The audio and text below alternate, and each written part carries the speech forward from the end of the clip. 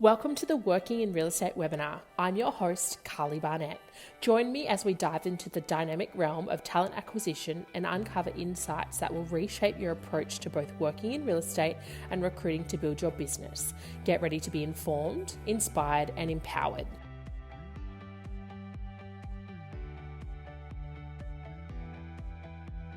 Recruit and Consult acknowledges the traditional owners of land and waters that this webinar is recorded on.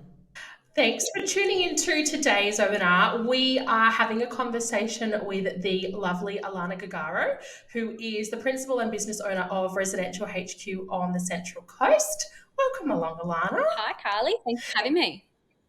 No worries. So, yes, your journey started very much on a reception desk, and you've gone through the ranks of real estate to now running your own very successful business, selling and running property management.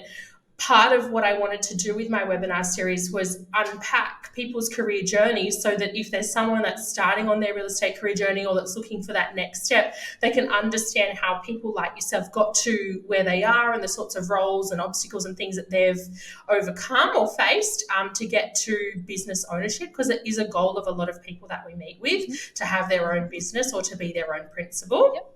So I guess let's start it at the beginning. So on a reception desk, yes. 17 or younger? I was younger. I was 14, almost 15. Okay, wow. So how did that come about? I was a typical teenager wanting to look for my first job. I wanted to be in either retail or hospitality. At the time, I couldn't get a job for whatever reason. Real estate was always a interest of mine. My family has a property management and real estate background, so it was always of interest for me, and it was something that I wanted to do later on when I had finished school. It just so happened that I ended up getting a job with one of the local agencies, and I was working, it started off Saturdays, reception, just answering phone calls, handing out brochures to people walking into the office. And very quickly, the agents there asked me to come along to open homes with them, and I would start helping them at open homes, just taking names and handing out brochures again at the open homes. Yeah. And I think that that starting point of reception for some people, if they're having a complete career change, can feel like a real backward step. Yeah. But also for people that are starting on their career journey and looking for their real estate role and office role, I've noticed it's like if you turn up and you do the right thing and you're polite on the phone and present well, agents will very quickly tap you on the shoulder to come and help them out or join their team. Like it's generally a pretty fast path to move to the back of the office. It was, yes, it was really quickly for me. So I can't remember exactly. It was less than a few months, to be honest. But I just started going out coming into the office on Saturday morning, opening the office up, and then leaving with the boys to go do the open home. So obviously I wasn't driving at the time. I was too young, so I'd just jump into whoever's car, whoever wanted me for the day, and I'd just help them for the day with their inspections. Yeah. So then from there, obviously did the right thing, finished your schooling, and then decided to go more full-time. So when you go from that reception role to supporting some agents, what was that next career step for you when it went full-time? When it went full-time, I was working for a different agency, and I started again as a sales assistant. So I jumped straight into it in the sense of I wasn't doing reception for that particular office. I didn't do property management at the time. I just wanted to do sales. And it happened that I was able to secure a job with one of the principals at the time, who was a sales principal, and I was working under him in his team in a sales role, sales assistant role. Yeah. And I guess back then you probably would have worn so many hats and done so many things, from going to the opens, the admin, working with buyers, just learning so much about that sales process. Yes, I did. I was doing everything, even prospecting, cold calling, letterbox dropping, all the admin side of things. I was doing the vendor reports on Mondays, the follow-up calls. I was doing a lot of different roles. Yeah. So I guess from that, like you can go from reception, you can move to that sales role, you can get exposure to the entire sales process, but without the pressure of being an agent and I guess having KPIs and dealing with difficult conversations and closing negotiations and whatnot. But you're getting that full exposure to the sales Yeah. process. So from there, were you thinking, oh, I really love like the prospecting, the buyer work. I want to start listing and selling, or no, I really love the admin and the behind the scenes and supporting an agent. I personally love to be out at open homes, at inspections, meeting with people. I'm not so much the person that likes to sit in an office. I like to have the Yeah, variety. I like to have, there was always something going on, something different, new houses to look at, new people to talk to. So that was yeah, my passion was with real estate. yeah, Obviously, I know that you have to start somewhere, and admin is part of yeah, the industry. But for yeah, me, I loved being out and about, seeing different properties and talking to different clients, whether that is vendors or buyers. It was just something I enjoyed. yeah. And I guess what you learn there, even from a reception desk or admin, having your own business or even being an agent that doesn't have their own business but has an assistant, like you've got to do all that Mm. stuff anyway, or you've got to manage someone that does that. So I think it's really important that you understand all of that back end of the sales process. Absolutely. I think anybody in the industry needs to know how the whole industry works, from really where you start in admin to where you go with listing Yeah. and sales. It's so important to know how everything works.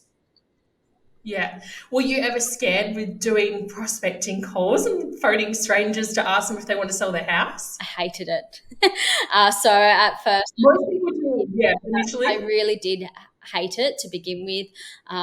It's never been my strong point. I like to talk to people face to face, getting on the phone, Yeah.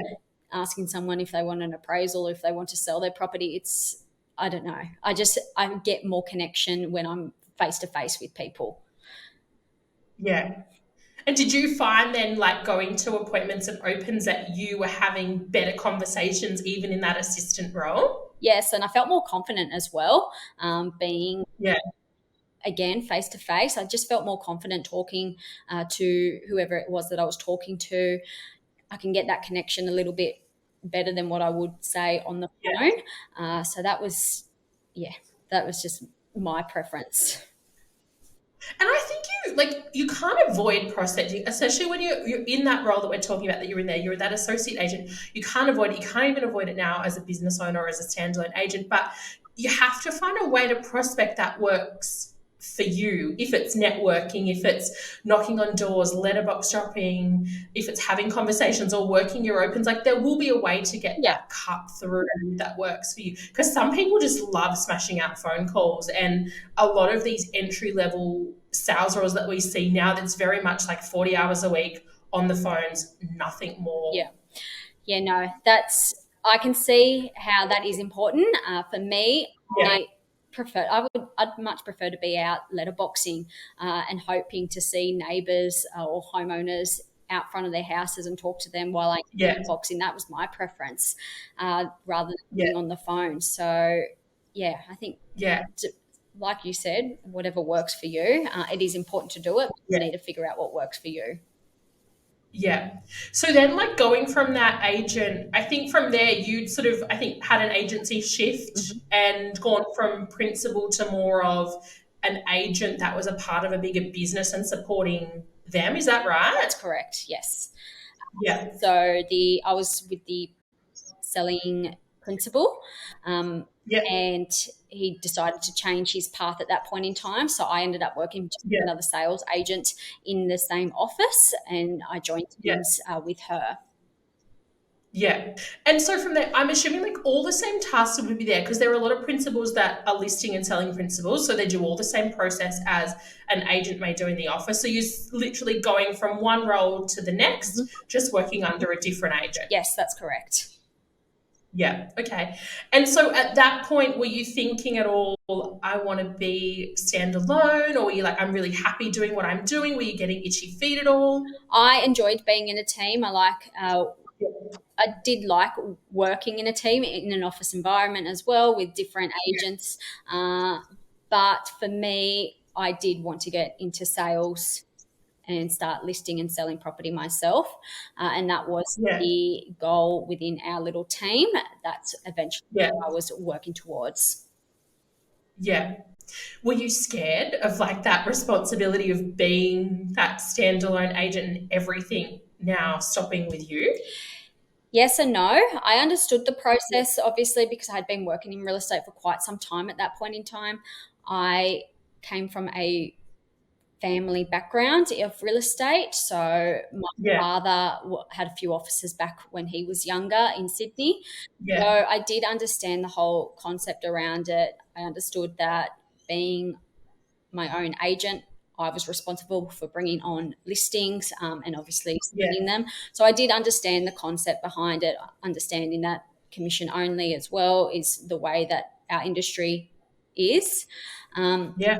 Was obviously quite young at that stage too. I was still in my late teens, early 20s.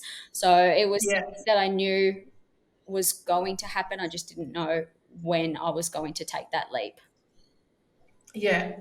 And I mean, being young and having built up all of that experience and winning that trust with people to, negotiate and show their property and whatnot, like that's massive at such a young age, Alana. And then to be already thinking about the fact that if I want to be an agent, I still have to prospect, I still have to do the letterbox drops, I'm going to have to really seriously consider commission only, and being very eyes wide open about what this looks like. I think sometimes people can get a little bit overwhelmed by how that looks or not quite understand what they're getting themselves in for Yeah. when they go standalone as an agent.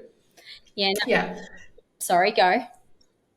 No, no, you're right. Go for No, it. I think everybody sees in sales people making a lot of money, and that's why they think that's where they want to go. But there is a lot of hard work behind the scenes. There is a lot of groundwork, a lot of prospecting, phone calls, letterbox dropping. So it sounds fun, and it is fun. I do love it, but there is a lot of hard work behind it as well. There's a lot of ups and downs.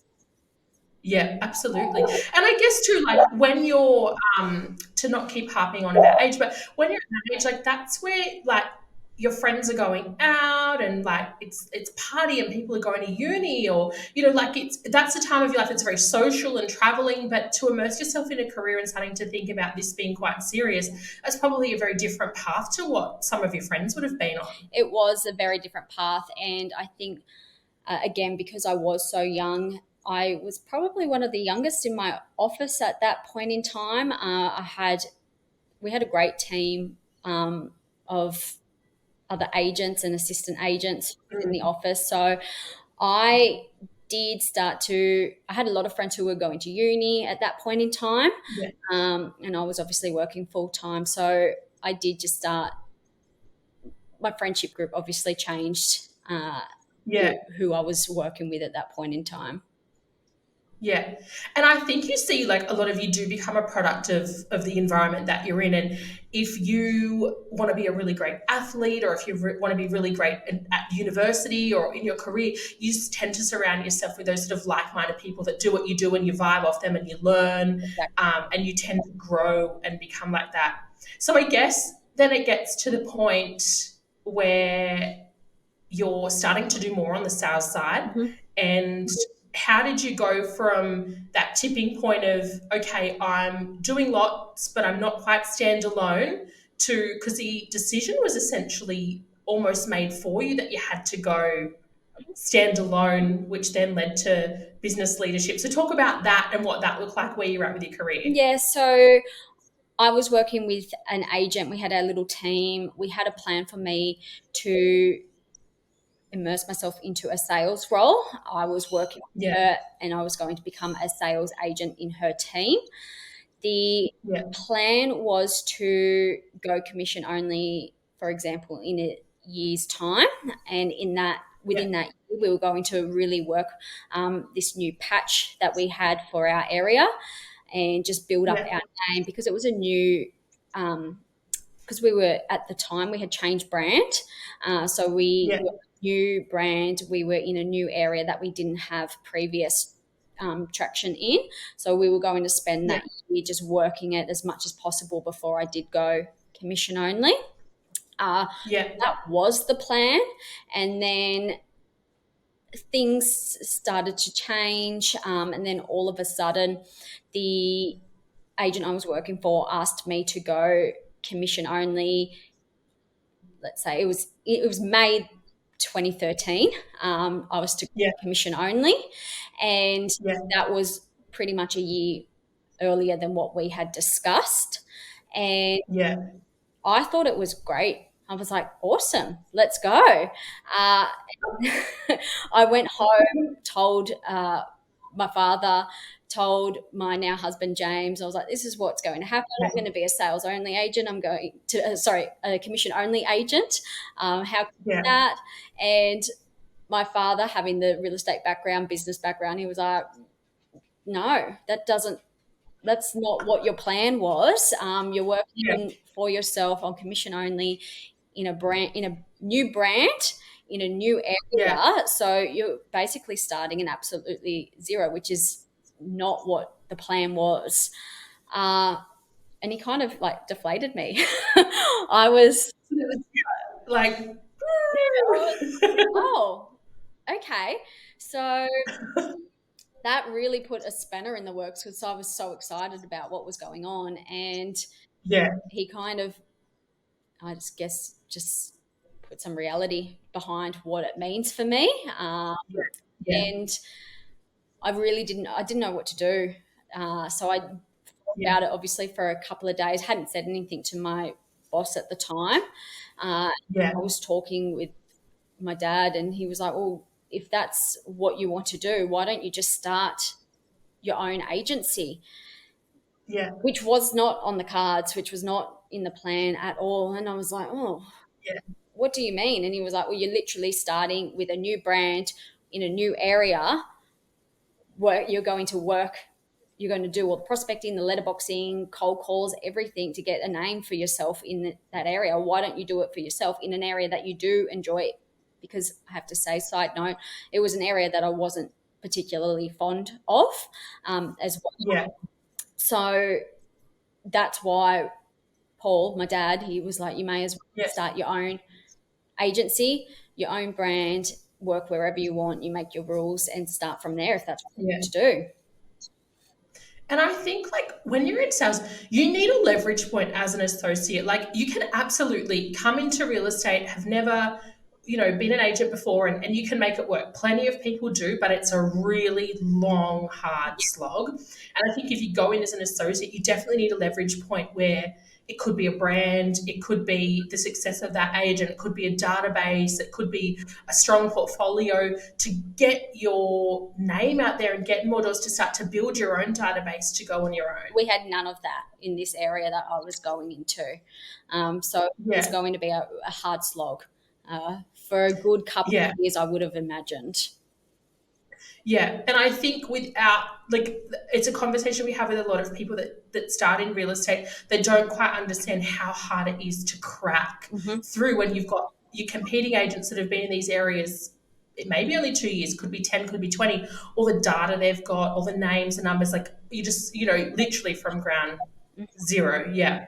So well, you clearly decided to take your dad's advice and open your own business. Now, when you opened your business, it was just you. Mm-hmm. Work from home wasn't a thing. You started your business at home. Work from home wasn't a thing.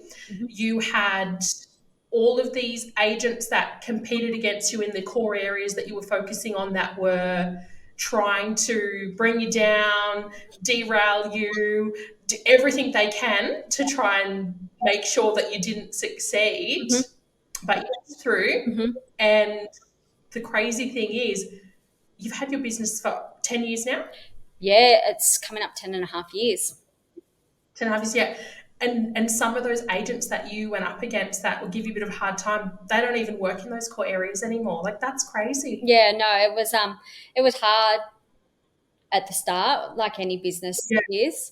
I I was going back to the area where I originally was working in real estate, which was where Yeah. I lived as well. So obviously I enjoyed the area.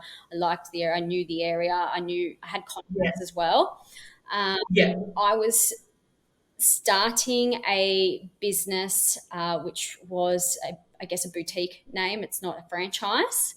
I Yeah. was working from home, which nobody did at that point in time. So that was really great for all of my competition to use. Oh, she doesn't have an office. She doesn't have a window display. She works Right. from home.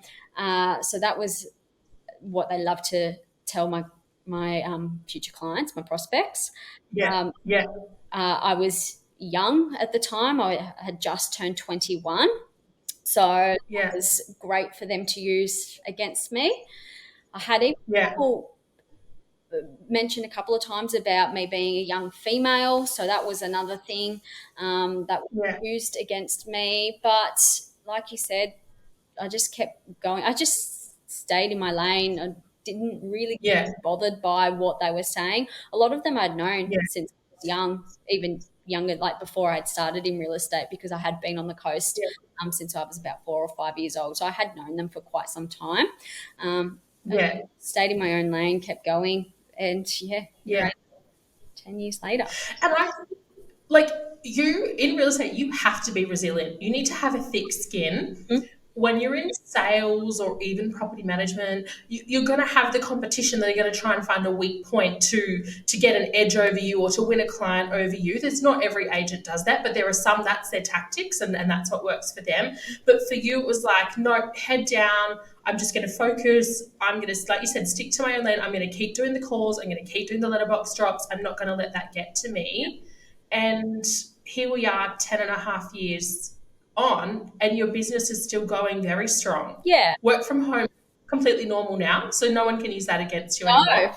that's not a thing anymore. So it was funny actually when lockdown happened, and I had a few friends still in real estate, and they were all Yeah. concerned about how do we set up from home? What do we do? And I don't know, it was normal for me, obviously. I'd been doing it since 2013.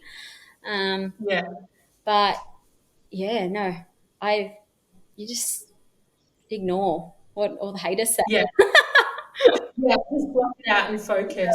So I guess then like having your own business, starting from scratch, did you find all of the things you learned as a receptionist, as an associate, all the admin skills, was that all serving you quite well at this point when you were setting up all your own systems and processes Yeah, and database? absolutely. It was quite a quick transition for me to go from where I was previously working to when I started my business. I actually helped Yeah. my previous boss set up her business. So I Yeah. knew all the behind the scenes, what I needed to do and what I needed to get done before I could start trading. So Yeah. for me, it was very, very quick. I think Yeah. from memory, it was about 2 or 3 weeks turnaround from Wow. starting, from me deciding, yes, this is what I want to do, to starting residential HQ. It was about 2 or 3 weeks. Yeah. So I just knew what I needed to do. And that was because I had been in that admin role. I had helped behind the Yeah. scenes set up another business as well. So I knew who to call, what contacts I needed to get to speak with in order to set up all my accounts Yeah. and everything for the business.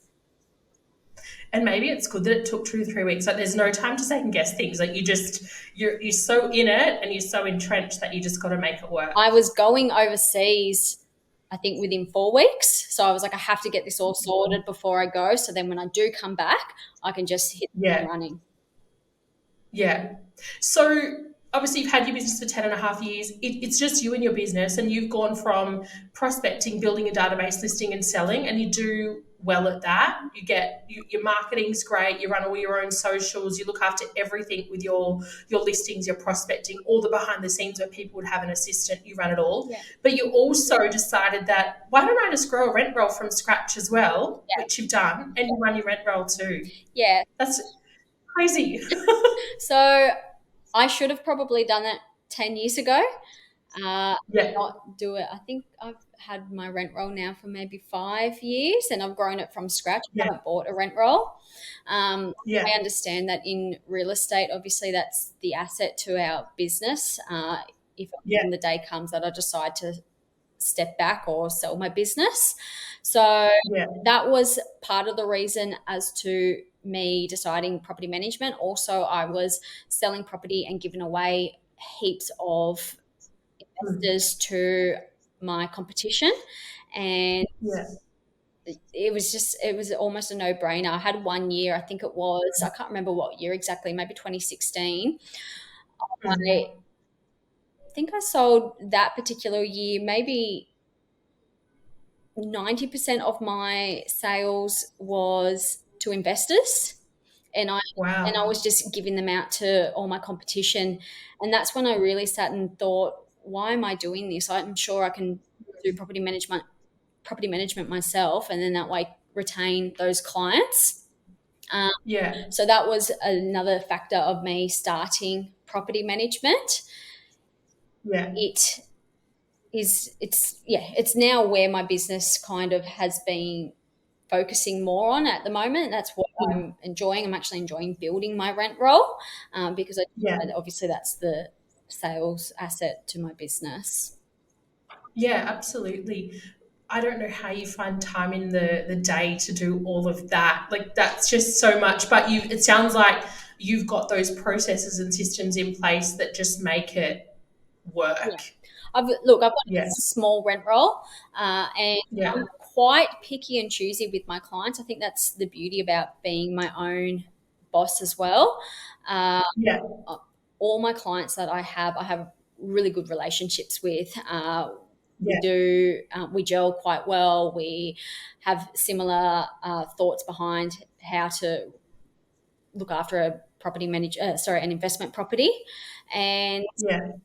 I think that really does help compared to when I talk to some other friends that are in property management, and obviously they just have to take on whatever's given to them and look after whatever's given to Mm. them. It makes a difference when you do have good clients. I Mm. think a couple of years ago, said I handed back a investment property to a landlord. We just weren't Mm. gelling. She wasn't listening to my advice when it came to Mm. repairs and maintenance, and I know it took me a couple of months to really make that decision. Like, what do I do with her? Mm. We're just not gelling, and I did Mm. decide just before Christmas to hand it back to her. And she told me, "No, you can't do that." And I said, "Absolutely, I can." And it was the best decision Yeah. I've ever made. And I think that kind of gave me a little bit of a confidence boost as well. That you can Yeah. say not all business is good business, and you can say no Absolutely. to people. So Yeah. And I think too, like in the position that you're in, you really need to protect your time and you need to make sure that who you're working with are people that want to work with you and want to take on your advice as that trusted advisor because you're the agent that's done this for a really long time now. And come on for the ride because otherwise, what's the point in engaging with a professional to do all of that exactly. if they just don't want to listen and they want to push against it? Exactly. And obviously, not everyone gets along with everybody. You're not going to Yeah, please everybody. I understand that. But it is important to have clients around you that are on the same page as you. It makes a huge difference. yeah. So I guess like if we're looking at people that are starting their real estate career or thinking maybe I want to be a principal, is there anything that you would do differently now that you've had your business for as long as you have and you've been in the industry for as long as you have? I think the one thing I would have done differently is, like I said before, start a rent roll sooner, just because Yep. that is the asset to the business. Yeah. I probably would look at actually hiring staff, not like hiring sooner rather than later. I've got a lot of, I think, control issues now, because Yeah. I go through. It's your baby. Yeah. Yeah, this is my baby. I go through really busy periods where I do need help, but I Yeah. struggle to let go of tasks, and yeah, I don't know. I'm really struggling to like hand. And that's something that I think a lot of people do as principals if you start this business from the ground up, or you start a sales crew and you build a patch from the ground up, it's so hard to let people in to help you because you have a level of service that you want to maintain and your processes. But yeah, I guess having that support there means that you can do more and you can service more, but you've got to be ready to hire that person You do. as well. And I think Yeah. sometimes you need to hire them just before you really need them, if that makes sense. Yeah. Because then you get too busy, too overwhelmed, and Mhm. yeah, sometimes I can go a little bit crazy, I guess, because I should Yeah. have done something sooner. And then I go through quieter patches, and I understand like it's just our industry; we go up and down. Absolutely, yeah. And I think hiring your first staff member is like making that decision to go commission only. Hmm. It's like it's daunting, it's overwhelming, it's a bit of the unknown. Like, what if I don't make a sale? What am I going to do? And same with the staff member. What if we don't get enough business? How am I going to pay them? Yeah, And once you get there and you go through it, you're like, oh, that wasn't so bad. But it is that adjustment period to go from that. But in saying that too, you don't have to have a big business to be successful no, in real estate. You can still be quite small and boutique yeah, and still do very well. If there are people that are listening to this that think I'd love to run my own business where I can balance a bit of work and hmm, life. I'm my own boss. I don't really want to be a part of a franchise. I want to be more independent. I think you're very much proof that you can do that, but it does take a lot of hard work and dedication to get to that point. Because absolutely. if you're sick, there's no one to answer the phones. If you want a day off, there's no one to cover the open houses. Like, you've got to be really strategic about how you manage your time in and out of the Yeah, business. very like I'm always planning ahead. Sometimes, like I remember earlier this year, I was planning for the second half of this year where I was going to go for holidays, because I need to sort out my business. I need to sort out my clients. I need them to know where I'll be at, how I'll be working during that time. Um, Yeah. so yeah, there is a lot to it. A lot of organizing. Yeah, absolutely. And I guess if you look back on all of the things that you did in real estate before you owned a business, what's the one thing that you learned to do that sort of stuck with you in your business? I think I'm really big on communication.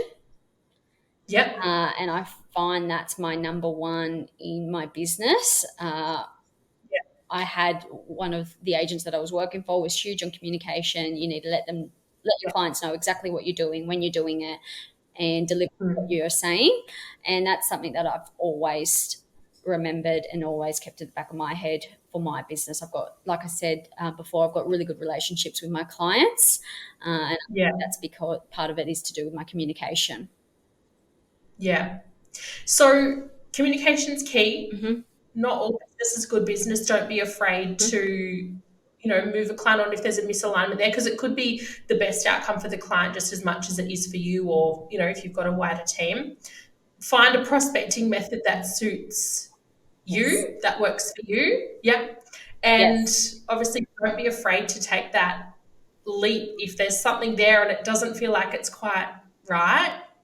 Like, you got that advice from your dad and from your network. Yeah. You've gone and taken that leap and now it's paid off. And you don't necessarily need to be amongst a big team or have a huge franchise behind you to do well. You still can run quite lean, Yes. and independent to have a successful Yeah. business. No, you've summed it up very well. Yes. Yes. Well, Alana, I think your career journey is amazing. And anyone that's starting on reception thinking, where do I go to from here? I can't see me possibly owning a business from answering phones. You are proof that that can happen. And you can even go down the path of property management or building a rent roll from scratch, or listing and selling and being a com only agent, or even moving to an associate. So there's definitely a lot of career path there and options and opportunities. Yeah. Even if you're just starting on reception just on a Saturday, you I could think that also be your. it's a great way to start because you can start to get a feel for everything that's going on within an office environment because you do Yeah. office working on reception. You can deal with tenants coming into the office. You can deal with investors coming in the office thinking about renting their property with you guys. And then obviously your Yeah. buyers and sellers as well. Yeah. Speaking of work-life balance, we can hear Oscar and Ralph in the background. They're Alana's poochies. Now, one of the things that Alana does, going back to prospecting, is that work-life balance. The time that she needs to take to walk her dogs is when she'll do her letterbox dropping, or if she goes and takes them for a run along the beach, she'll use that as a networking opportunity. And it is just finding what works for you and making home life work with work life. And it doesn't feel like, oh my gosh, I've got to dial out 50 calls today before I can do anything else. You've walked the dogs, you've got exercise, and then you've gone and, connected with a couple of streets worth of people. Yeah. And it's probably a great talking point when you walk up with the It dogs. is. They're famous. People know Oscar and Ralph Yeah. just because of everyone sees these white fluffy dogs coming up to them. They're quite friendly. They love people. So it's a good starting Yeah. conversation point. Yeah. Like real estate prospecting doesn't have to be scary at all. Like you can make it easy. Like what an easier way to do than walking your dog and doing letterbox drops. Everyone wants to talk to you. Exactly. Well, it's been great to chat to you, Alana. Thank you for letting us unpack your career journey. And I wish you all the best to continue to keep growing your rent roll and your sales business and, yeah, get that next hire on board. Thank you so much. No, thank you for having me. I really appreciate it. Thanks for tuning in to this episode of the Working in Real Estate webinar. Feel free to share your thoughts, questions, and suggestions with us. We would love to hear from you.